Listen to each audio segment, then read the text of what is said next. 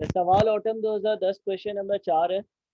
कहता है ज़ियाकोट steel works a sole proprietorship provides depreciation on plant and machinery at 20% per annum on diminishing balance method यानी कि reducing balance method. On 1st July 2009, the balances in the plant and machinery and accumulated depreciation accounts were 712,000 and 240,000 respectively. मैं चाहूँगा कि आप लोग भी मेरे साथ साथ ही सारी वर्किंग्स करते रहो। रिक्वायरमेंट में लिखा हुआ है plant and machinery account and accumulated depreciation account for the year ended 30/2010 show all workings 15 में बनाने। प्लांट एंड मशीनरी का अकाउंट बनाना है, एक्यूमुलेटेड डेप्रिसिएशन का अकाउंट बनाना है। तो हम यहाँ पर जरा अकाउंट बनाते हैं, स्ट्रक्चर बनाते हैं अकाउंट का।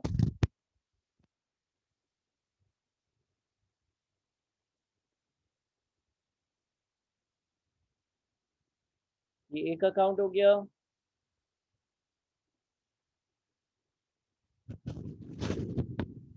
ये दूसरा अकाउंट हो गया।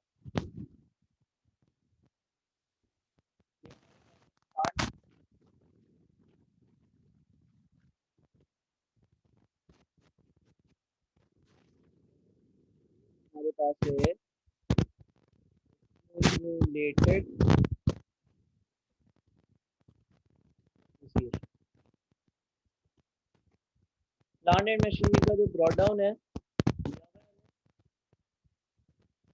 ब्रॉड डाउन दिया हुआ है हमें 712,000। एक्यूमुलेटेड डेप्रिसिएशन का जो ब्रॉड डाउन है वो भी दिया हुआ है हमें 240,000।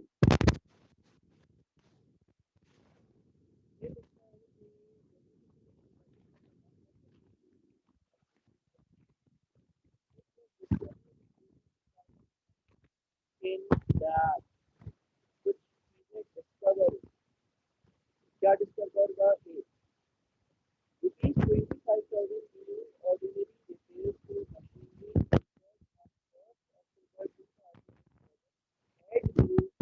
Capitalised encourage.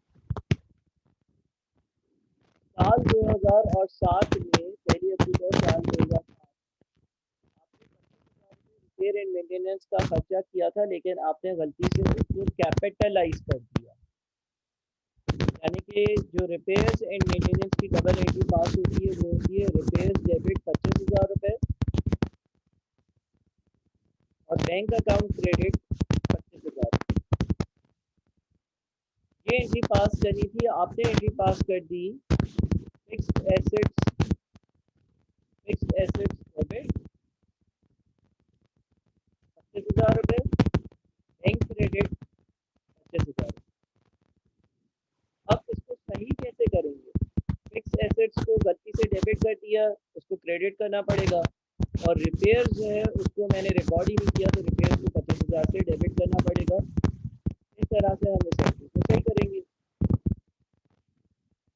फिक्स एसेट में बिला फजूल का 25,000 शामिल किया हुआ है, वो 25,000 फिक्स एसेट से निकालना होगा और उसको रिपेयर्स में डालना होगा। तो हम यहाँ पर ये जो 7,12,000 का अमाउंट है, जो 7,12,000 का अमाउंट है, ये गलत है। गलत है ना? ये क्यों गलत है? इसलिए गलत है क्योंकि इसमें रिपेयर्स वाले 25,000 की शामिल है। तो मैं इसको यहाँ पर लिखूंगा रिपेयर्स, मैं लिखूंगा 25,000। हटाने पड़ेंगे ये 25,000 रुपये बिला फजूल के इसमें शामिल हो गए, तो बिला फजूल के पैसे हटाने पड़ेंगे। तो हमने उसको हटा दिया। दूसरे में लिखता है कि अ machine which was purchased on 1st January 2007 for 108,000 was traded in on 31st March 2009 for a new and more sophisticated machine. The disposal was not recorded.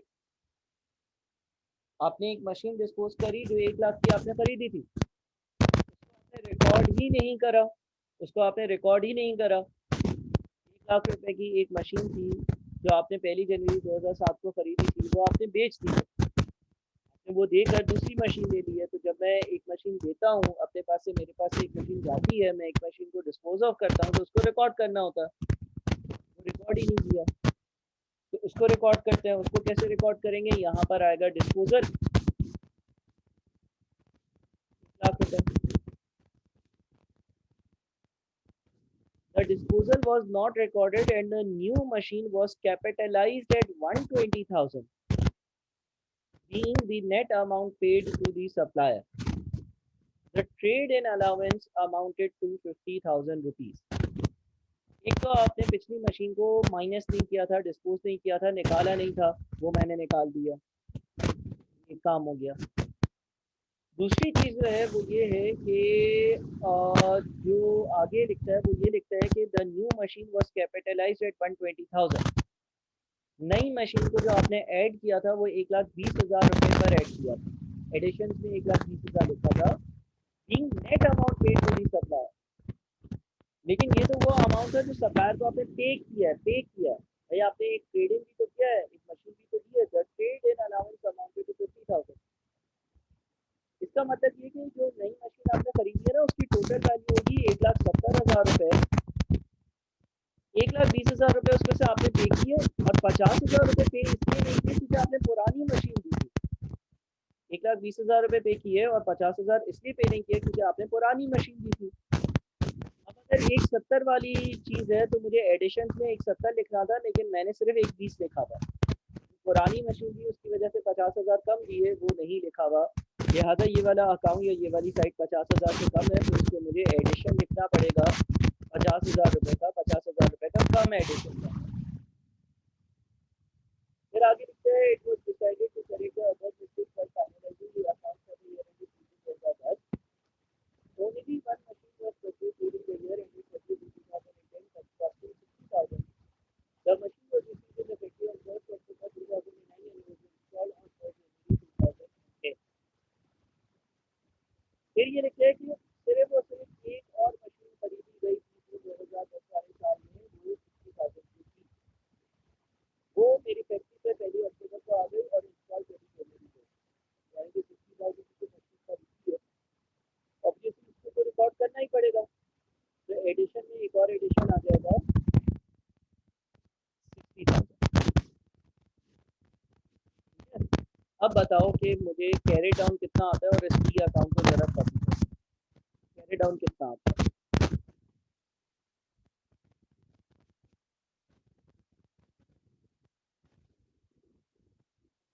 ये मुझे खुद नहीं समझ आ रहा है कि क्यों आ रहा है। वैसे रिकॉर्डिंग में कोई ऐसा मसला नहीं होगा, रिकॉर्डिंग में ऐसा मसला नहीं होगा। मुझे नहीं पता कि ये साउंड का इशू आ क्यों रहा है फिर, हालांकि मैंने इंटरनेट भी चेंज कर दिया है।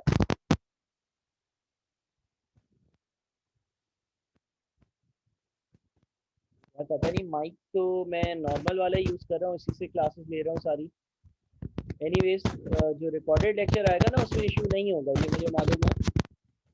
697,000, ठीक है। तो ये प्लांट एंड मशीनरी, जो प्लांट एंड मशीनरी का अकाउंट है वो बन गया, आप इसको कॉपी कर दो।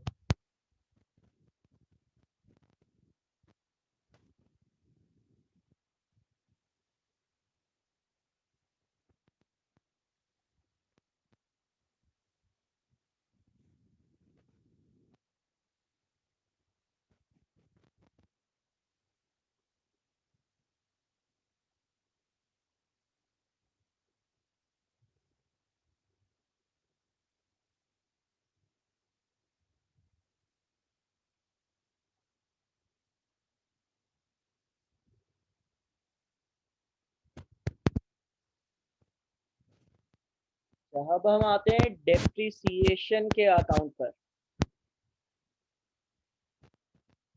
अच्छा, मुझे एक बात बताओ, ये जो रिपेयर्स वाला एरर था, इसकी वजह से इसका कोई इम्पैक्ट एक्यूमुलेटेड डेप्रिसिएशन पर पड़ा होगा? क्या इम्पैक्ट पड़ा होगा?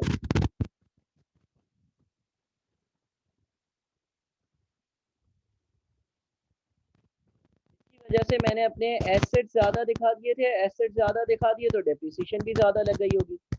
अच्छा, ये रिपेयर्स कंडक्ट कब हुए थे? 1 अक्टूबर 2007, ठीक है ना। और डेप्रिसिएशन का रेट है 20%, एक वर्किंग करता है। 1 अक्टूबर 2007 को मैंने 25,000 रुपये एक्स्ट्रा फिक्स एसेट्स में दिखा दिए। कंपनी का साल खत्म होता है 30 जून वाले दिन, पहली बार जो साल खत्म हुआ होगा वो खत्म हुआ होगा 30 जून 2008।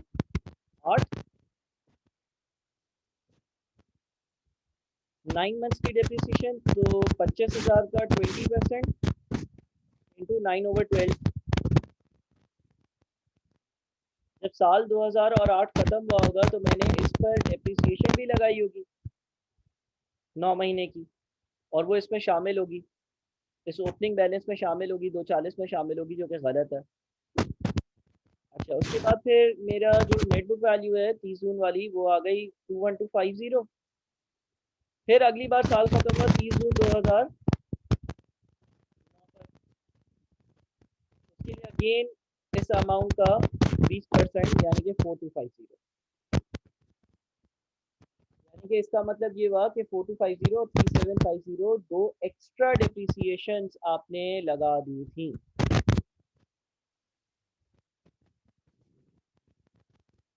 है ना, ये एक एक्स्ट्रा डेप्रिसिएशन लगा दी थी आपने, ये एक एक्स्ट्रा डेप्रिसिएशन आपने लगा दी। 3750 और 4250 यानी कि जो टोटल बनता है वो है 8,000। ये 8,000 रुपये इसमें शामिल होंगे, 2,40,000 में शामिल होंगे। ये 8,000 रुपये 2,40,000 में शामिल होंगे। इस 8,000 को मुझे निकालना पड़ेगा एरर के नाम पर अपनी बुक से। 8,000 रुपये 240 में फजूल के शामिल हुए हैं, क्योंकि मैंने एक चीज़ जो एसेट थी नहीं उसको एसेट बना दिया। तो जब उसको एसेट बनाया होगा तब उसकी डेप्रिसिएशन भी चार्ज करी होगी, उसकी जितनी एक्स्ट्रा डेप्रिसिएशन है वो भी मैंने हटा दी। इसको कॉपी कर लो।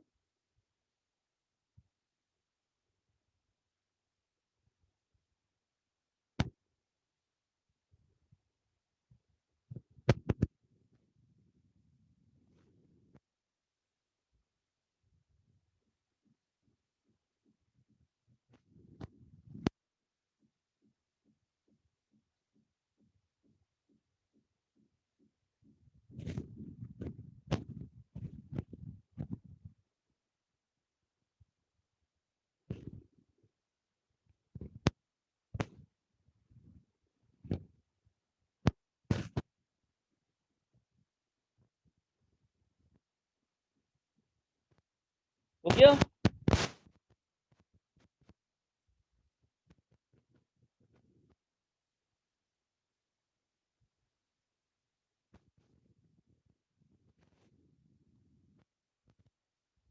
अच्छा, अब एक और चीज़ मुझे बताओ,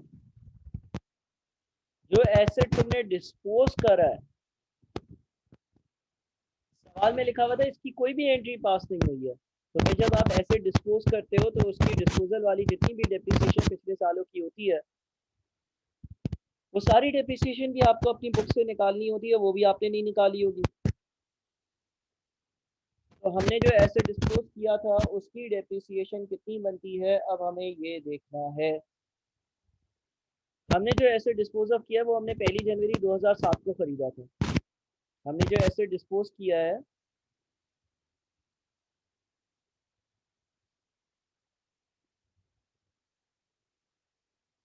हमने जो एसेट डिस्पोज किया है ना, वो एसेट हमने 1 जनवरी 2007 को खरीदा था 30 लाख रुपए में। पहली बार ईयर एंड कब आया? 30 जून 2007।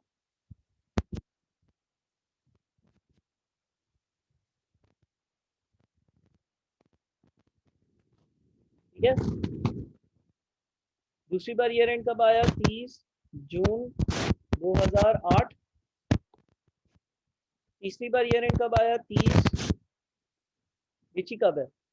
अच्छा, बेची मैंने 31 मार्च को है। 31 मार्च 2009 को बेची थी।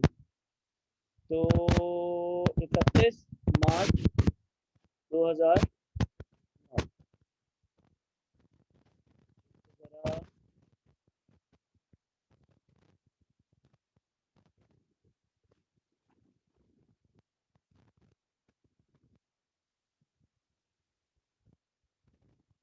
30 जून 2007 तक की डेप्रिसिएशन कितनी होगी?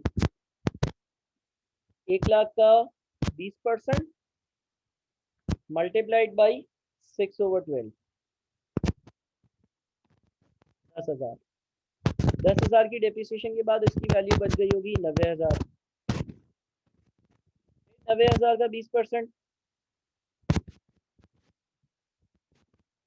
18,000।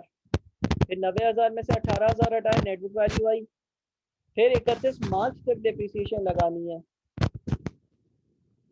31 मार्च तक अगर डेप्रिसिएशन लगानी है, 31 मार्च को है ना,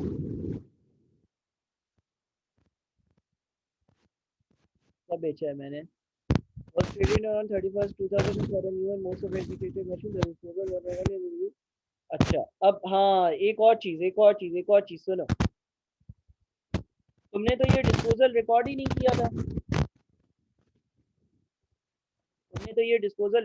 किया था। तो 31 मार्च तक थोड़ी, तुमने तो 30 जून तक डेप्रिसिएशन लगा दी होगी कि नहीं। तुमने जब ये डिस्पोजल रिकॉर्ड ही नहीं किया था, तो इसमें तो 30 जून 2009 तक की सारी डेप्रिसिएशन शामिल होगी। तो इसका मतलब ये हो गया कि 72,000 का दोबारा 20%,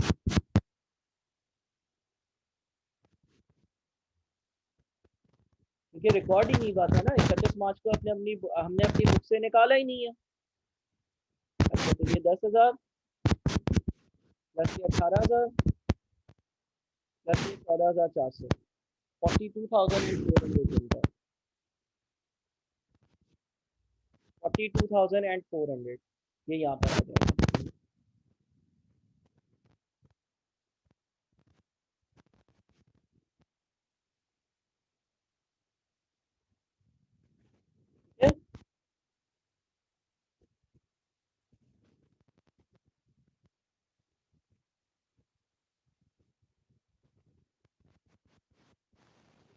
करो।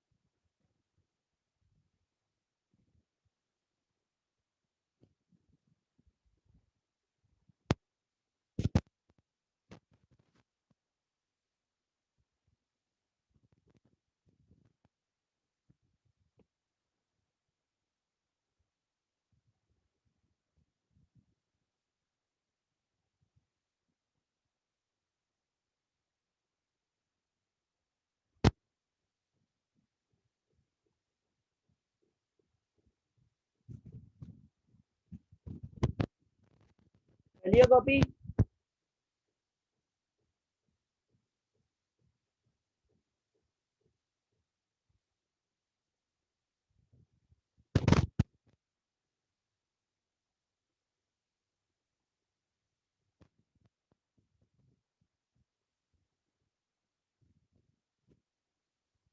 अच्छा, और कोई एरर है क्या?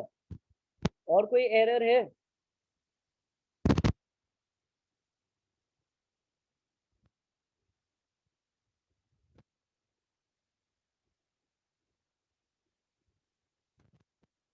ये जो 2,40,000 का ओपनिंग आ रहा है, इसमें और कोई एरर है क्या?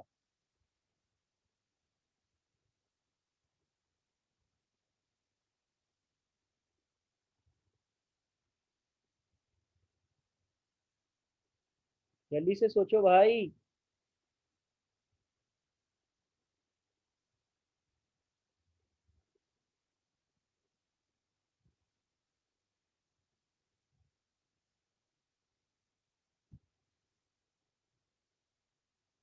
क्या एरर है बताओ फिजा।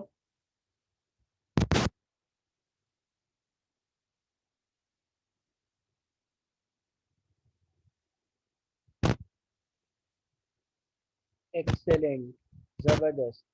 देखो हमने एक मशीन 31 मार्च को खरीदी थी। जो 31 मार्च को मशीन खरीदी थी ना, वो हमने 1,20,000 पे रिकॉर्ड खरीदी है। जबकि वो रिकॉर्ड कितने पे करनी चाहिए, 1,70 पर। 1,20 तो हमने पैसे पे किए थे, और एक मशीन दी थी जिसकी वजह से 50,000 रुपये कम हुए थे। ये 50,000 रुपये रिकॉर्ड ही नहीं हुए कहीं पर भी। हमने अभी रिकॉर्ड करे हैं ओपनिंग को सही करने के लिए। तो इस पर जो 31 मार्च से 30 जून 2009 तक डेप्रिसिएशन लगनी चाहिए वो भी इसमें नहीं होगी। तो हम एक और एरर सही करेंगे। वो एरर ये सही करेंगे कि जो 50,000 रुपये पिछले साल कम रिकॉर्ड हुए हुए थे, 50,000 रुपये पिछले साल कम रिकॉर्ड हुए हुए थे, 31 मार्च को 1,70 से डेबिट होना चाहिए था, 1,20 से डेबिट किया हुआ था। तो क्योंकि 50,000 कम रिकॉर्ड किए हुए थे तो उसकी डेप्रिसिएशन भी नहीं लगाई हुई थी, जो कि 0.2 इंटू 3/12 थी। आप तो समझ रहे हो। 50,000 रुपये पिछले साल मैंने कम डेबिट किए थे फिक्स एसेट में, उसकी वजह से कम डेप्रिसिएशन भी लगाई थी। कितनी, 50,000 का 20% इंटू 3/12। ये वो वाला एसेट है जो हमने बी में लिखा हुआ है कि 1,20 पे किए और 50,000 रुपये का ट्रेड इन मिला, यानी कि 1,70 पर रिकॉर्ड करना था, हमने 1,20 पर रिकॉर्ड किया हुआ है। 50,000 रुपये हमने कम पे किए, तो इसकी डेप्रिसिएशन रिकॉर्ड ही नहीं हुई थी, वो भी रिकॉर्ड होगी 25 पर। फिर आएगी डेप्रिसिएशन फॉर द ईयर।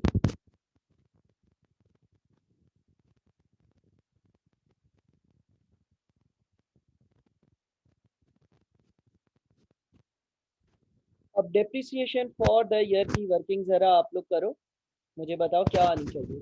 सवाल आप लोगों के सामने है।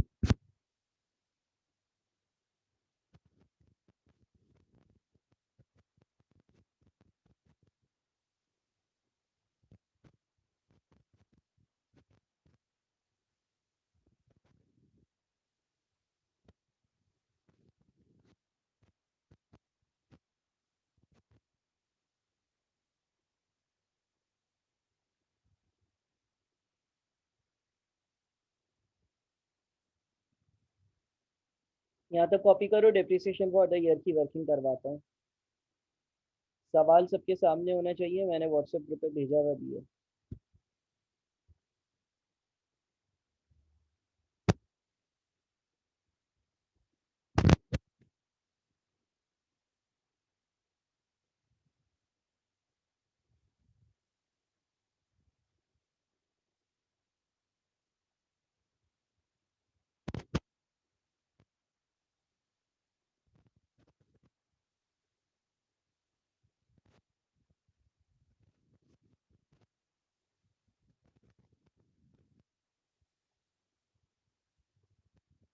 चलो भाई, डेप्रिसिएशन फॉर द ईयर की वर्किंग कर रहा हूँ।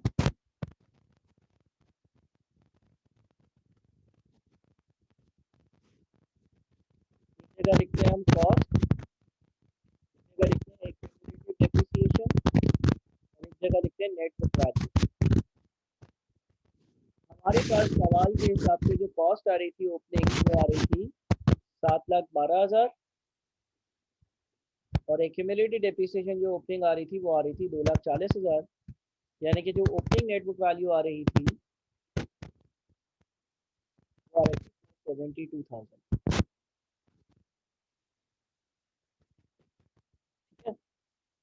ठीक है। अच्छा, अब ये कॉस्ट जो है ये सही नहीं है, ये कॉस्ट जो है ये सही नहीं है, क्योंकि इसमें रिपेयर्स के बिला फजूल के 25,000 शामिल है, और बिला फजूल की रिपेयर्स की 8,000 रुपये की डेप्रिसिएशन शामिल है। तो इसमें से रिपेयर्स हटा दो।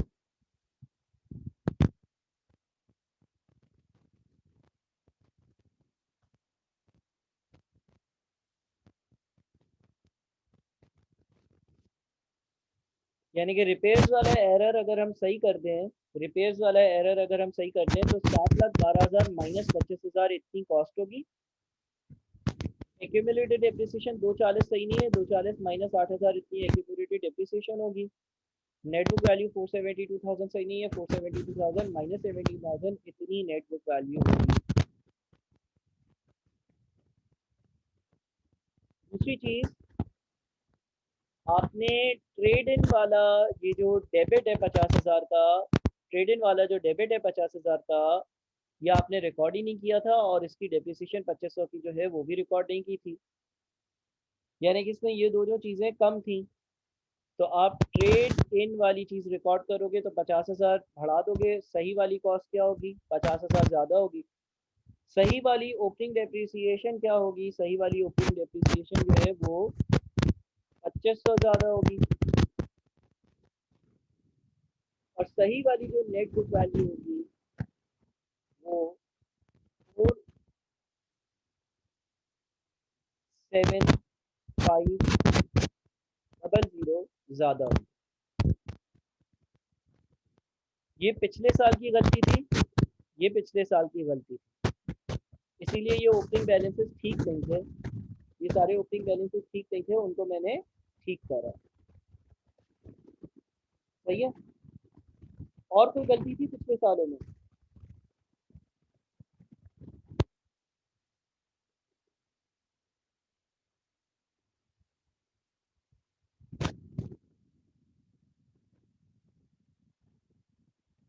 पिछले सालों में और कोई गलती थी? हाँ, डिस्पोजल रिकॉर्ड नहीं करा था। पिछले साल 31 मार्च वाले दिन 1 लाख रुपए की एक चीज़ बेची थी, उसका डिस्पोजल रिकॉर्ड नहीं करा था, तो 1 लाख रुपए कॉस्ट में से माइनस, और 42,400 उसकी जो डेप्रिसिएशन थी वो भी रिकॉर्ड नहीं हुई थी। तो डिस्पोजल रिकॉर्ड नहीं कर रहा था, वो डिस्पोजल रिकॉर्ड करते तो 1 लाख कॉस्ट में से हटाते और 42,400 क्यूमुलेटेड डेप्रिसिएशन में से हटाते और 1 लाख माइनस 42,400 वैल्यू में से हटाते।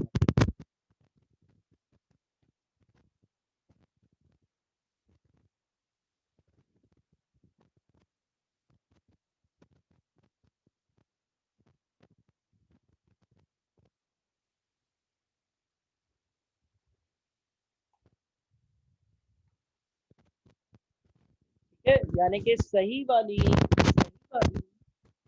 जो साल के शुरू की नेट बुक वैल्यू होनी चाहिए वो 444,900 होनी चाहिए। साल के शुरू की सही वाली, साल के शुरू की सही वाली नेट बुक वैल्यू जो है वो 444,900 होनी चाहिए। ये सारे मसले मैंने पिछले साल करे थे, वो मसले अगर सही कर देता तो कुछ इस तरह के रिजल्ट नजर आते।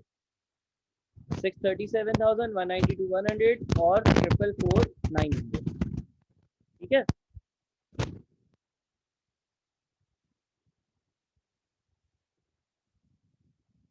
ये बात समझ में आ गई?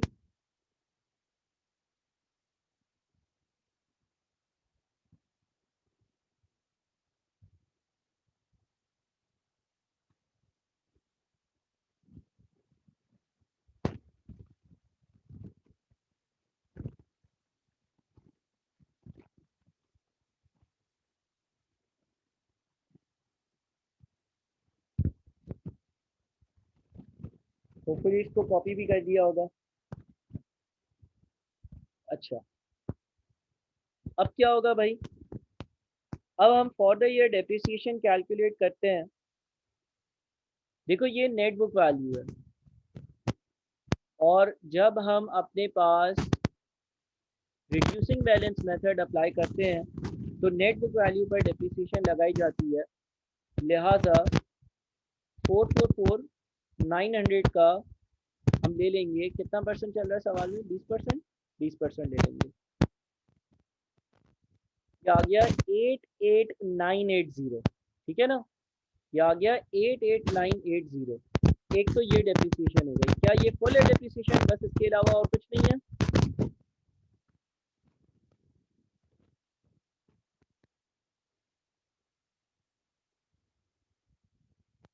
88,980 कैसे आया? जो नेट बुक वैल्यू थी ओपनिंग उसका 20% ले लिया, क्योंकि रिड्यूसिंग बैलेंस मेथड में तो डेप्रिसिएशन नेट बुक वैल्यू पर लगती है। तो नेट बुक वैल्यू सही आ रही है 444900, उसका 20% ले लिया, 444900 का 20% 88,980 बनता है। क्या और कोई डेप्रिसिएशन है?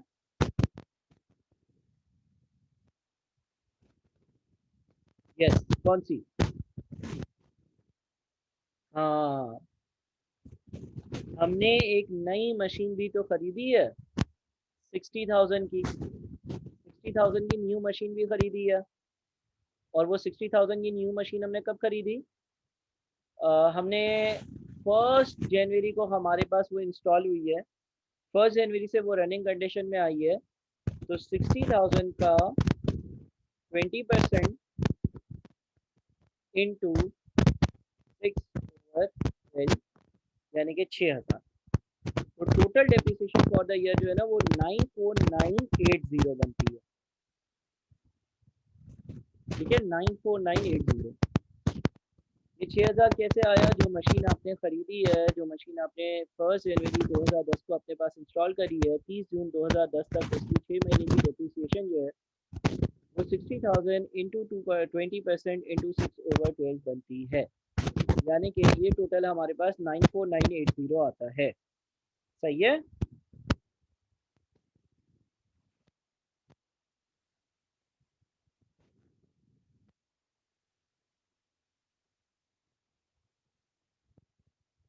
94980 हमारी डेप्रिसिएशन फॉर द ईयर है।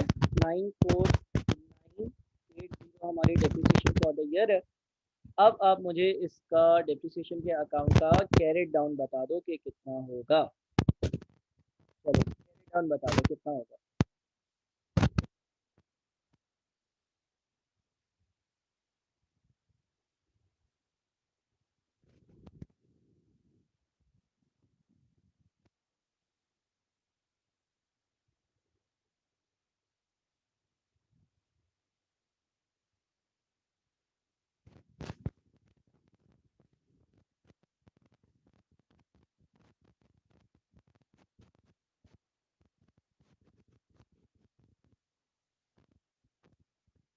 287080।